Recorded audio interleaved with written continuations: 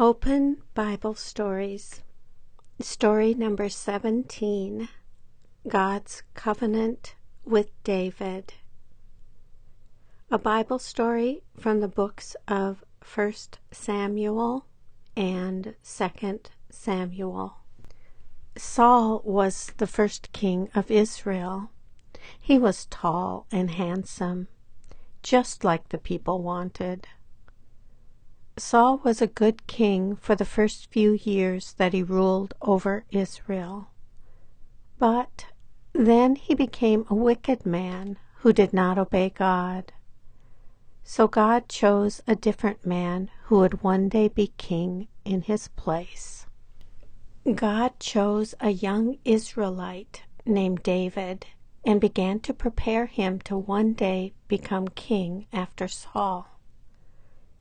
David was a shepherd from the town of Bethlehem. At different times, David killed both a lion and a bear that attacked his father's sheep while David was watching them. David was a humble and righteous man. He trusted and obeyed God.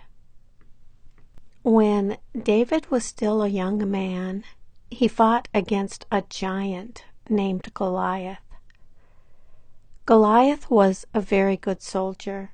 He was very strong and about 3 meters tall. But God helped David kill Goliath and save Israel. After that, David won many victories over Israel's enemies. David became a great soldier, and he led Israel's army in many battles. The people praised him very much.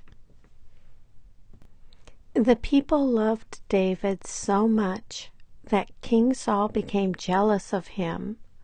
Finally, Saul wanted to kill him. So David ran away into the wilderness to hide from him and his soldiers. One day when Saul and his soldiers were looking for him, Saul went into a cave. It was the same cave that David was hiding in, but Saul did not see him. David went up very close behind Saul and cut off a piece of his clothing.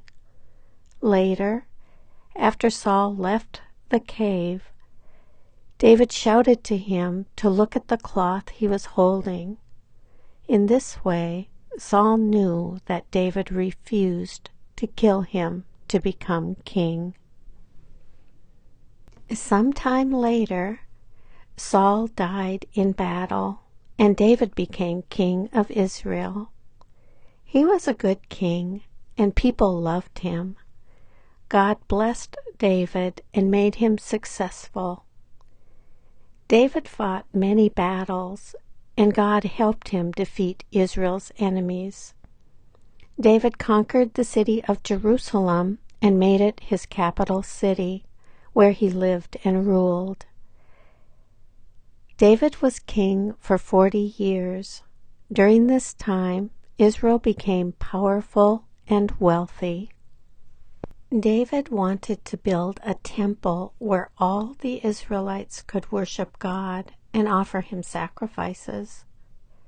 For about 400 years, the people had been worshiping God and offering sacrifices to him at the tent of meeting that Moses had made. But there was a prophet named Nathan. God sent him to tell David this: "You have fought in many wars, so you will not build this temple for me. Your son will build it. But still, I will greatly bless you. One of your descendants will rule as king over my people forever." The only descendant of David who could rule forever was the Messiah.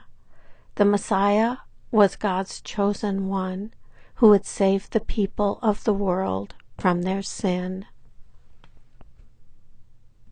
When David heard Nathan's message, he thanked God and praised him. God was honoring him and giving him many blessings. Of course, David did not know when God would do these things. We know now that the Israelites would have to wait a long time before the Messiah came, almost 1,000 years. David ruled his people justly for many years. He obeyed God faithfully, and God blessed him. However, in his later years, he sinned greatly against God. One day, David looked out from his palace and saw a beautiful woman bathing. He did not know her, but he found out that her name was Bathsheba. Instead of looking away, David sent someone to bring her to him. He slept with her and sent her back home. A short time later, Bathsheba sent a message to David saying that she was pregnant.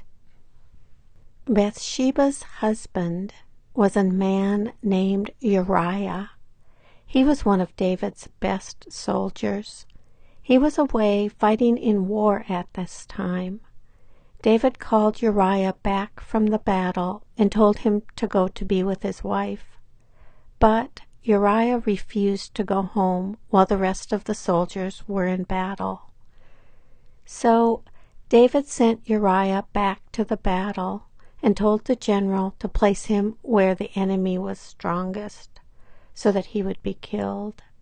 This is what happened. Uriah died in battle. After Uriah died in the war, David married Bathsheba. Later, she gave birth to David's son. God was very angry about what David had done, so he sent the prophet Nathan to tell David how evil his sin was. David repented of his sin, and God forgave him. For the rest of his life, David followed and obeyed God, even in difficult times. But David's baby boy died. This is how God punished David. Also, until David died, some members of his own family rebelled against him, and David lost much power. But God was faithful and still did what he had promised David he would do for him, even though David had disobeyed him. Later, David and Bathsheba had another son, and they named him Solomon.